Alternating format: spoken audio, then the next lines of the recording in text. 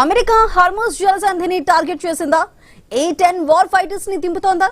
Apache attack హెలికాప్టర్లను మోహరిస్తుందా? 2200 మంది marine కమాండోలు ready అయ్యారా?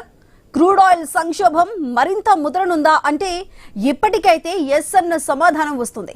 ఎందుకంటే అమెరికా మొదలుపెట్టిన యుద్ధ సమరం మరో స్టేజ్ కి వెళ్లబోతుందన్న టాక్ వినిపిస్తోంది. ఇప్పుడు అందరి దృష్టి ప్రపంచానికి జీవనాడిగా మారిన హార్ముజ్ జలసంధిపైనే పడింది. అమెరికా కూడా అటువైపే ఆలోచనలు చేస్తుంది.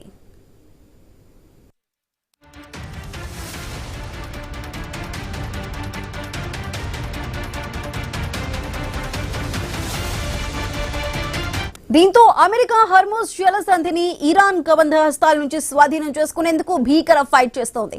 ఇప్పటికే జలసంధి సమీపంలో క్షిపణి లాంచర్లు, డ్రోన్లు, బోట్లను ఇరాన్ మోహరించింది. వాటన్నింటినీ ఛేదించేందుకు అమెరికాలోని అత్యాధునిక ఫైటర్ జెట్స్ ని రంగంలోకి దింపింది.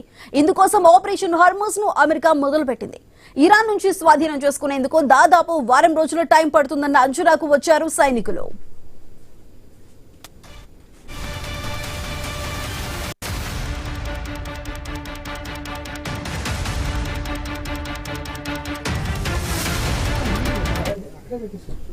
భారీ వార్ హెడ్స్ తో కూడిన A-10 యుద్ధ విమానాలకు తోడుగా అపాచీ అటాక్ హెలికాప్టర్లను కూడా పంపిస్తోంది.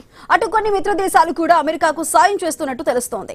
ఆపరేషన్ హార్మోజ్ లో భాగంగా ఇప్పటికే ఇరాన్ కు చెందిన 120 షిప్లను పేల్చేసినట్లు అమెరికా రక్షణ మంత్రి పీట్ హెగ్సెత్ ప్రకటించారు. మరోవైపు అమెరికా నుంచి 2200 మంది మెరైన్ కమాండోలు కూడా ఆపరేషన్ లో పాల్గొంటున్నారన్న టాక్ వినిపిస్తోంది. అమెరికా హార్మోజ్ జలసంధిపై ఫోకస్ పెట్టిందా?